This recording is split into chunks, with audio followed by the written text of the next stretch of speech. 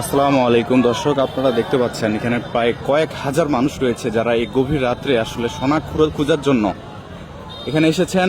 কোদাল দিয়ে সোনা খুঁড়তেছেন, এমনটি আমরা এখানে দেখতে পাচ্ছেন হাজার হাজার মানুষ এখানে আজকে সোনা খুঁড়তেছে। এখন রাত বাজে প্রায় 12:30। এখন পর্যন্ত এখানে মানুষজন আসতে আছে। ফোনের যে বাতিগুলো, এগুলো কিন্তু ফোনের বাতি। তারা যে দেখতেছে খুঁড়তেছে, এটা হচ্ছে একটি দৃশ্য। এটা দর্শক আসলে উত্তরবঙ্গের ঠাকুরগাঁয়ে অবস্থিত। কয়েকদিন ধরে, প্রায় 10 দিন ধরে এই কর্মযজ্ঞ এখানে চলতেছে।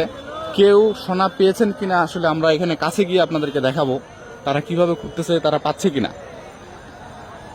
আমরা একটু কাছে যাই। এই যে দেখতে পাচ্ছেন, এই যে এনারা এখানে সোনা খুঁড়তেছে কয়েকজন মিলে।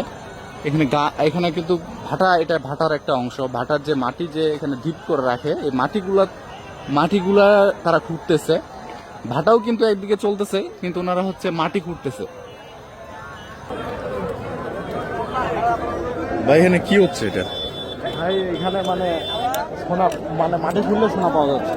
তো এই হচ্ছে এটার অবস্থা। কতটুকু সত্য কতটুকু মিথ্যা আমি জানি না, তবে কিছুক্ষণ আগে একজন ভাই আমাকে ফোনে তার সোনা পেয়েছেন এমন একটা সোনার হচ্ছে দেখাইলো। সেটা ভাইয়াটাকে আসলে এখন পাচ্ছি না, কোথায় চলে গেল।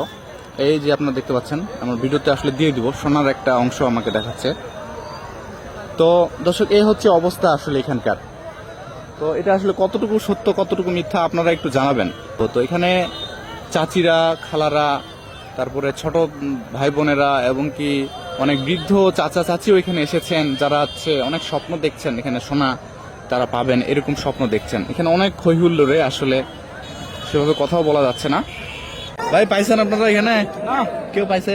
পাইছে বলো পাইছে, আমি 2 কেজি পাইছি, আমি তোমার দিব ভাগ পাইলে আমি বেশি মনে যাই। হাজার হাজার লোক আছে সোনা খোঁড়ার জন্য। কতটা বিশ্বাস?